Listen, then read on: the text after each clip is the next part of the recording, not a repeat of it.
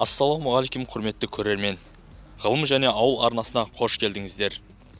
Ешкі баққан ағайынның ортасында лағың жақсы болса бір бақыт, ешкің жақсы болса мың бақыт, текең жақсы болса шын бақыт деген сөз бар. Өздеріңіз де түсінген боларсыздар. Біздің бүгінгі тақырыбымыз теке, яғни таза қанды асыл тұқымды текелер жайлы айтатын боламыз. Неге теке жайлы? Себебі ешкі бағасы қол жетімсіз. Тіпті біздің өңірде 3 бас асыл тұқымды ешкіні бір қолынды биеге айырбастағанын өзім көргенмін. Қазір бәрінде бір сұрақ. Таза қанды текені қарабайыр ешкіге салсам бола ма? Одан түскен лақ сүтті тұқымды ешкі болып кете ме? Мен бұл сұраққа «Я, болады» деп жауап беремін. Бірақ екі түрлі талап бар. Біріншісі, текесі асыл тұқымды таза қанды болу керек. Екіншісі, қарабайыр ешкінің өзі де жақсы ешкі болу керек. Қарабайыр ешкінің бәрі бірдей емес. Кеңес одағы кезінде совхоздарға сүтті ешкі тұқымы әкелінді. Олар біздің қазіргі ешкілердің арасында әлі де тұқымы бар, олардың тұқымы. Бірақ қарабайыр есебінде жүр. Біз ол туралы бөлегірек айтатын боламыз. Ал енді теке асыл тұқымды жайлы не білеміз, олар туралы не айта аламыз? Біз қазір негізгі сөзіміз, әңгімеміз осы текелер жайлы болады. Текеге қойылатын 3 түрлі талап бар. Біріншісі, ұрығы тірі болу керек.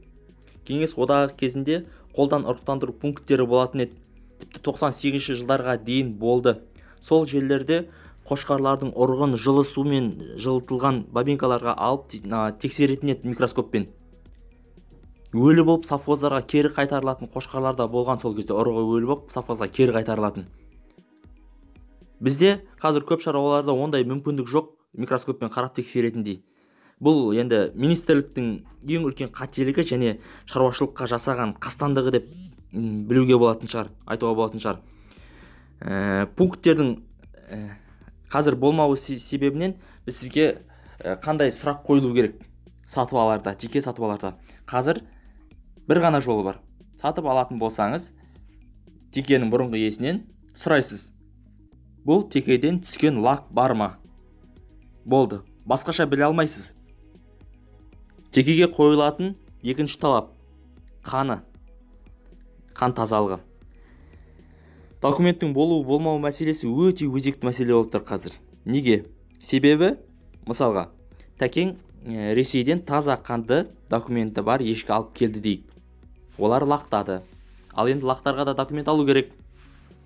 Бірақ біздің министрлік ондай документ бермейді. Мысалға, ірі қараның Абердин Ангус деген тұқымы бар. Олардың өзінің орталығы бар. Оларға беріледі. Олардың тіпті біліп отыр, қай Қазақстанда қанша Абердин Ангус бар екен, қаншасы кімнің фермасында екен.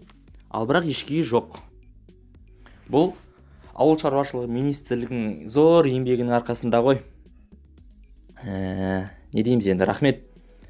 Бірақ сыртқы белгілеріне қарап ажыратуға болады. Заненің өзінің ерекшеліктері бар, Альпі тұқымының өзінің ерекшеліктері бар. Әр тұқымның өзінің ерекшеліктері бар ғой, оны басқа видеоларда айта жатармыз, бірақ біз қазір теке жайлы айтып жатырмыз. Бірақ осы орайда мен сіздерге бір ғана былайша айтқанда кеңес бергімге отыр. Текеде мүйіз болмасын. Теке қойған болсаңыз, мүйізі жоқ, табиғи мүйізі жоқ. Мүйізді алып тасталған емес, табиғи мүйізі жоқ, теке қойыңыз. Текеге қойылатын үшінші талап мінезі мен тектілігі. Мінезі жақсы болу керек текенің. Бір ешкінің соңынан қуып, барлық ешкілерді шаршатып, өзінің де басқалардың мазасын алып, өзі де шаршап, ондай болмау керек. Теке аз секірсе, ол ауру деген сөз емес. Ол қайта тектілік. Бұрын, мысалға, 500 қойды жалғыз өзі қашыратын қошқарлар болған. Бір биеге бір-ақ рет секіретін айғырлар болған. Қазір де бар ондай айғырлар. Яғни бір рет секірді, 100% болды, ұстап қалды, оны қашырды. Текенің де сондайлары бар. Яғни сатып аларда иесінен текенің мінезін сұраңыз. Болмаса текені ешкіге қосып жіберіңіз де қимылын бақылап, қарап тұрыңыз. Өз белгілі болады. Ешкімен бірге жүрген кезде текенің қимылынан ақ белгілі болады мінезі. Жаңа мен сіздерге текеге қойылатын 3 талапты айттым. Енді 2 өтірікті айтам. Текелер жайлы 2 өтірік. Сүт беретін теке, яғни сүт шығаратын теке. Я, бар. Олар былай дейді: менің текем жақсы, менің текем сүт саусаң сүт шығарады, бұдан түскен лақ ертең сүтті лақ болады дейді. Өтірік. Ол өтірік. Сүт беретін теке, яғни ол теке ауру. Бұл гендік ауру. Ғылыми түрде түсіндірейін. Бұл жалпақ тілде оны қыз теке деп те атайды, ал ғылыми тілде бұл қан тазалығы сақталмағаннан туылған еркек лақ өсе келе сондай теке болады, одан жаңағы сүт шығатын теке болады. Одан лақ алып, одан ары қарай оны теке қоюдың да қажет жоқ. Яғни ауру, гендік ауру теке. Екінші өтірік: менің текем егіз туғызады, үшеу туғызады, төртеу, бесеу туғызады деген ол өтірік. Қандай болсын малдың егіз тууы оның аталығына емес, аналығына байланысты. Ғылыми түрде дәлелдеп берейін. Бірінші, Кеңес одағы тұсында қолдан ұрықтандыру пункттерінде қойға қан құятын еді. 17-ші күні, 18-ші күні қашыратын болса, 17-ші күні құяды. Бір күн жынды болып жүреді, жаңа қан көп құйылып кетсе.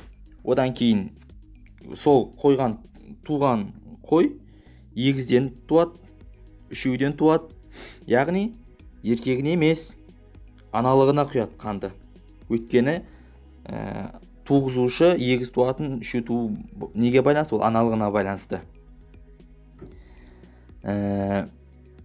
Ғылыми түрде тағы да бір дәлел: қошқар бір секіргенде 1000-миллион ұрық шашады. Аналықтың жатырында қанша канал ашылса, сонша төл болады. 2 канал ашылса егіз, 1 канал ашылса шалқы болады, 3 ашылса 3 лақ туылады. 3 лақ төлейтін болады. Текенің егіз туғызуы, 3 туғызуы ол мүмкін емес. Мысалға айталық, қолдан ұрықтандыру пункттерінде бір секіргендегі ұрығымен 5-6 ешкінді ұрықтандырып жіберуге болады. Өткен жаңа айттық, оның ішінде 100-деген, 1000-даған, миллиондаған ұрық бар. Яғни бұл өтірік сөз. Біз теке жайлы өзіміздің білгенімізді айттық. Айтылмай кеткен жерлері болса, өз білімдеріңізбен комментарийға жазып қалдырыңыздар. Басқа қазақтарға пайдалы болсын, басқа шаруаларға пайдалы болсын. Егер де осы видеоның кішкентай да болсын сізге пайдасы тиген болса, онда арнамызға жазылып лайк басып қойыңыздар. Біздің ешкілерді көргіңіз келсе, осы видеода каналымыздағы басқа да видеоларды көріңіздер. Сөзіміздің соңында еліміз аман, жұртымыз тыныш болсын дейміз. Бәле жаладан, ауру сырқаудан бізді Алла тағала сақтасын. Ешкілеріңіз сүтті болсын, текелеріңіз күшті болсын. Аман, сау болыңыздар. Сіздермен бірге болған ғылым және ауыл арнасы. Рахмет.